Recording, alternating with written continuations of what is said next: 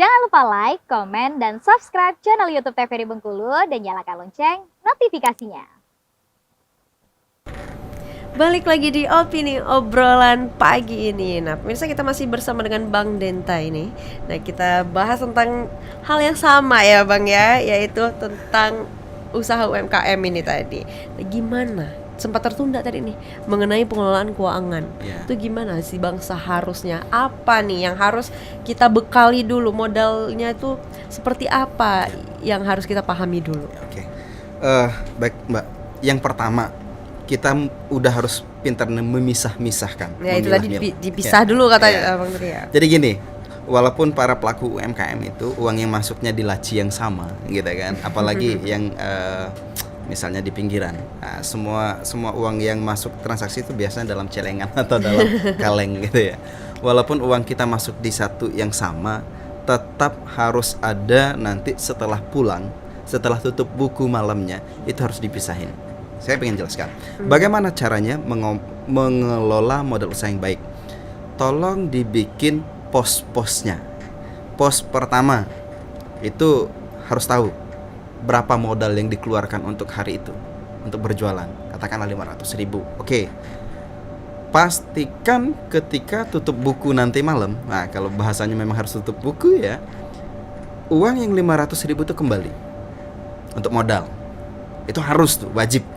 Nah, jangan lagi habis untuk beli bakso, beli yang lain-lain, jangan dipakai di situ. Yang 500.000 harus balik. Itu.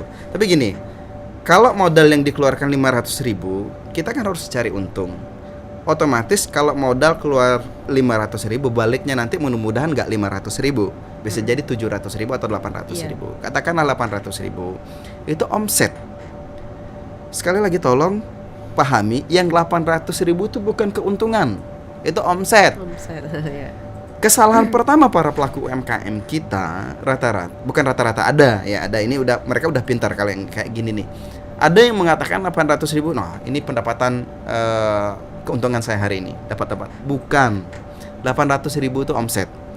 Pos yang pertama yang harus dikeluarkan agar modal itu bisa bertahan, yang pertama, keluarkan dulu untuk kebutuhan harian. Nah ini pos pertama nih. Jadi apa dasar kebutuhan harian? Makanya hitung berapa satu hari itu kita harus mengeluarkan uang untuk kebutuhan keluarga. Kita berjualan, pendapatan itu terutama sekali gunanya untuk memenuhi kebutuhan keluarga. Keluarga kita harus hidup, harus makan, harus sekolah. Itu dulu. Nah, hitunglah berapa satu hari. Jadi Bapak dan Ibu di rumah harus punya catatan pengeluaran keuangan keluarga. Satu hari rincikan gitu ya? Sampai beli Pepsodent, rincikan Bu. Ribet. Hidup itu memang ribet kan. Kalau nggak mau ribet ya jangan hidup kan begitu. Apalagi dalam dunia berusaha. Ribet nggak ribet, kalau nggak jangan berusaha. Usaha tuh susah. Ya, tapi harus dinikmatin kan begitu. Jadi catat berapa pengeluaran. Oh, ternyata pengeluaran saya satu hari minimal 60.000. Jadi pendapatan kita dalam satu hari itu kalau tadi 800.000, keluarkan dulu 60.000-nya pos pertamanya untuk pengeluaran harian. Aman tuh pengeluaran harian kita 60.000. Nah, terus pos kedua apa? Modal tadi. Yang 500.000 kan modal, balikin 500.000, bikin lagi celengan di rumah. Jadi di rumah itu minimal harus ada 6 celengan lah di rumah. 6, ya? Atau kalau udah canggih bisa di rekening tabungan, kan gitu. Itu nanti pembahasannya di inklusi keuangan, Mbak. Nah, ada lagi tahapnya tuh. Banyak berarti yang harus dibuka. Berarti untuk membuka usaha ini nggak cukup dengan sebatas berani doang. Ya, nggak bisa. Jadi podcast kita pun nggak bisa satu kali. Iya benar ya. Harus ada berkelanjutan seharusnya ini ya. Itu bisa jadi karena gini, pengelolaan usaha itu minimal 4 kaki, Mbak. Ada finance-nya, ada personalnya, ada SDM-nya, ada marketingnya. Ini kita baru membahas di bidang finance-nya, dan itu finance-nya yang sangat dasar umum, yang ya? ini nih. Iya, dasar banget. Kita belum lagi ngomong biaya tetap, itu belum sampai ke situ. Banyak, apalagi yang namanya liability itu masih panjang itu. satu parameternya aja itu bisa 6 bulan Mbak kita bahas itu. Jadi tapi kita ini dulu yang paling penting modal. Secara dasarnya aja ya. Yang pertama kebutuhan harian, pos pertama. Pos kedua itu modal usaha tadi, kembalikan yang 500.000 gitu kan. Pos yang kedua biaya rutin usaha.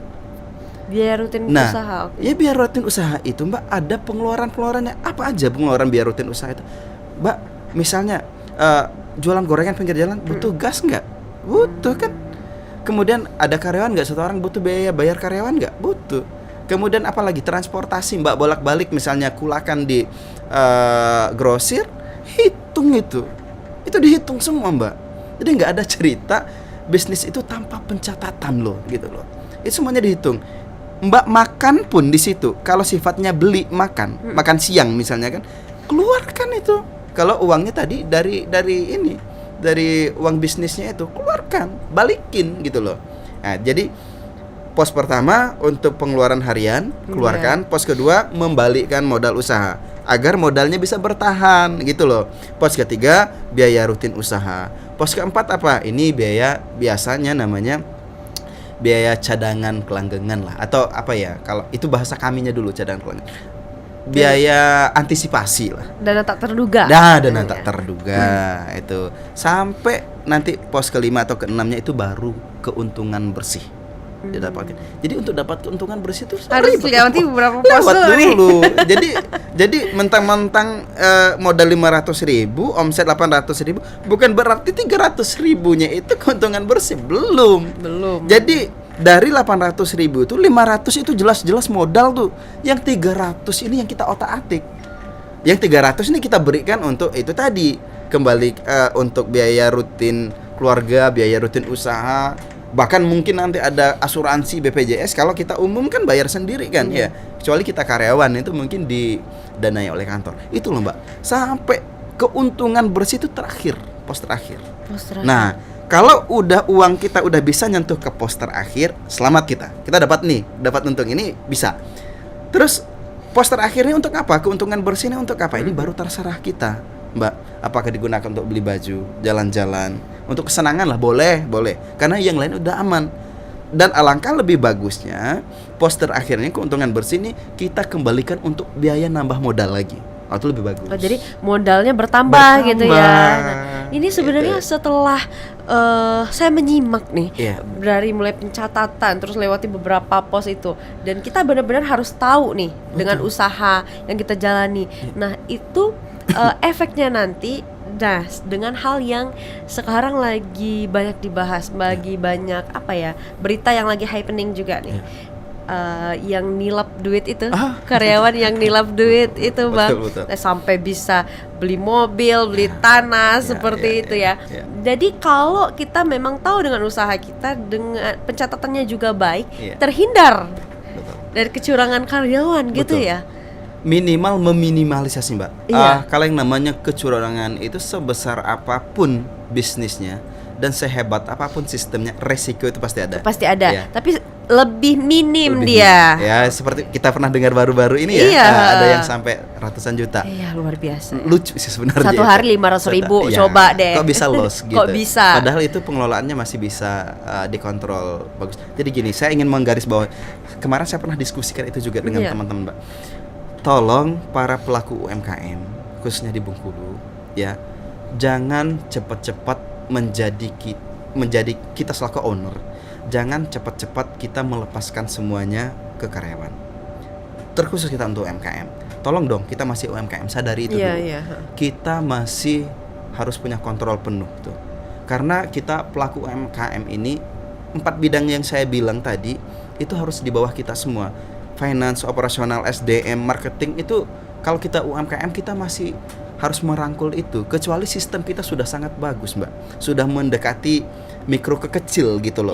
Kita sudah punya divisi sendiri lah. Minimal dari 4 ini tadi ada 2 orang yang manajer kita misal gitu. Oke lah kalau begitu masih bisa lah. Kalau kita masih UMKM yang mungkin omsetnya 1 bulan masih di bawah 1 miliar atau masih apalagi ratusan juta lah misalnya dalam 1 bulan, tolong dong jangan terlalu cepat-cepat kita percaya 100% kepada orang yang kita kelola. Jangan, kita harus kontrol penuh terutama di bidang finance-nya, keuangan. Jangan cepat puas ya Bang ya. Jangan. Karena di dunia perbankan pun loss keuangan itu bisa terjadi Mbak. Sering kok kita dengar di bank tertentu, bank B, misalnya gitu kan, manajernya menggelapkan uang sampai ratusan juta beli rumah mewah, beli mobil mewah, itu biasanya karena lifestyle kan. Itu nggak bisa dihindari yang seperti itu. Tapi ujung-ujungnya kan ketahuan. Nah, untuk mengetahui itu secara cepat, itulah fungsi kita bisa mengelola. Yang namanya kehilangan, kecurangan itu nggak mungkin bisa terhandle 100%, tetapi kita bisa meminimalisir itu. Bahkan ada perusahaan, Mbak, yang menganggarkan kerugian memang tiap bulannya. Dianggarkan mungkin sekitar 10% tuh dianggapnya akan ada duit yang hilang. Walaupun jadi memang sudah dipersiapkan ya. Karena mengelola manusia, Mbak. Iya, Manusia. benar sekali. Kalau robot mungkin dia akan jujur. Manusia yang jujur itu mungkin hanya malaikat dan nabi gitu. Manusia sangat susah gitu. Ya, tapi agak gimana ya, kalau di mata Bang sendiri sih gimana? Kalau menurut aku sih agak tidak masuk akal sampai 500 gitu ya. Itu Betul. cukup besar ya. Betul. Dan itu per hari. Nah, yang dipertanyakan sekarang adalah bagaimana itu pencatatannya. Nah, di kaca aku agak, kalau aku kayak nggak masuk akal nih, gini karena aku awam. Betul. Nah, menurut betul. Abang nih gimana tuh? Saya ingin jawab dikit.